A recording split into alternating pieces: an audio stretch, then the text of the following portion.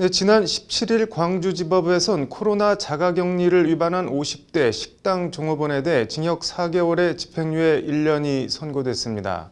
이 여성은 일하던 식당에 확진자가 다녀가 자가격리 대상이 됐는데 다른 식당 일자리를 알아보기 위해 주거지를 벗어났다가 감염병 예방법 위반으로 기소됐습니다.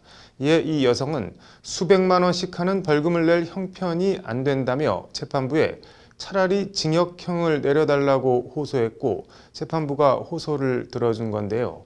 코로나 사회의 씁쓸한 한 단면이기도 한데 이처럼 누군가에게는 벌금 몇십, 몇백만 원이 큰 부담일 수 있지만 다른 누군가에겐 정말 아무것도 아닐 수도 있습니다. 이 때문에 같은 죄라도 경제력에 따라 벌금을 차등 부과해야 한다는 주장이 법조계 안팎에서 끊임없이 제기되어 왔는데요. 관련해서 고검장 출신인 더불어민주당 소병철 의원이 이른바 일수 벌금제 도입을 골자로 하는 형법 일부 개정안을 대표 발의했습니다. 장한지 기자가 단독 취재했습니다. 더불어민주당 소병철 의원이 지난 17일 대표 발의한 형법 일부 개정안입니다. 법안은 제안 이유에서 먼저 현행 총액벌금제의 문제점을 지적하고 있습니다. 같은 벌금형이어도 경제력이 있는 사람의 경우엔 부담이 되지 않아 형벌로서 효과가 사실상 없다는 지적입니다. 이에 법안은 벌금형 선고 시 일수와 일수 정액을 분리해서 선고하는 일수벌금제 전면 도입을 골자로 하고 있습니다.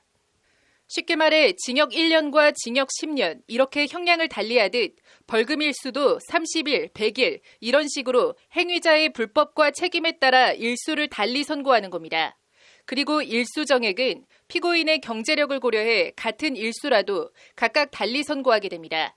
예를 들면 벌금 일수 30일에 일수 총액은 100만 원으로 한다는 선고가 내려지면 벌금 총액은 3천만 원이 되는 식입니다. 요약하면 같은 죄를 저질러도 경제력에 따라 벌금을 차등 부과해 실질적인 형벌이 될 수 있도록 하겠다는 취지입니다. 법안은 벌금형을 일수와 일수 정액으로 분리해 피고인의 경제 사정을 고려해 결정하게 함으로써 합리적이고 정당한 벌금형을 정하고자 한다고 제안 이유를 밝히고 있습니다.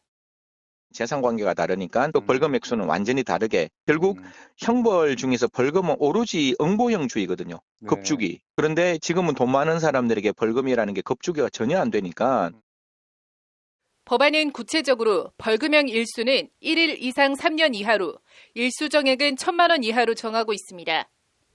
일수 정액은 피고인의 자산과 1일 평균 수입을 기준으로 판결 당시 피고인의 수입과 재산 상태, 유사직종 종사자의 평균 소득, 부양가족 및 최저 생계비 등을 종합적으로 고려해 산정하도록 하고 있습니다. 법안 문구상 산술적으로 최대 109억 5천만 원까지 벌금 선고가 가능해집니다. 범죄 예방을 강제하는 힘, 이른바 형법상 위하력을 담보하기에 충분하다는 것이 전문가의 평가입니다.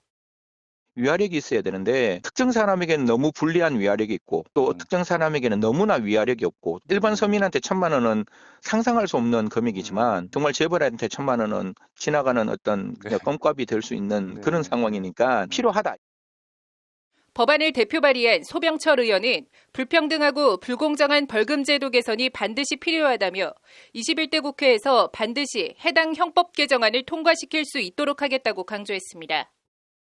이 현실적으로 불평등하고 불공정한 벌금제도를 개선해야 되겠다는 이미 제도는 큰 골자가 만들어져 있기 때문에 입법의 결실을 거두는 30여 년간 논의만 있어왔던 일수벌금제 법안이 21대 국회 본회의 문턱을 넘을 수 있을지 주목됩니다. 법률방송 장한지입니다.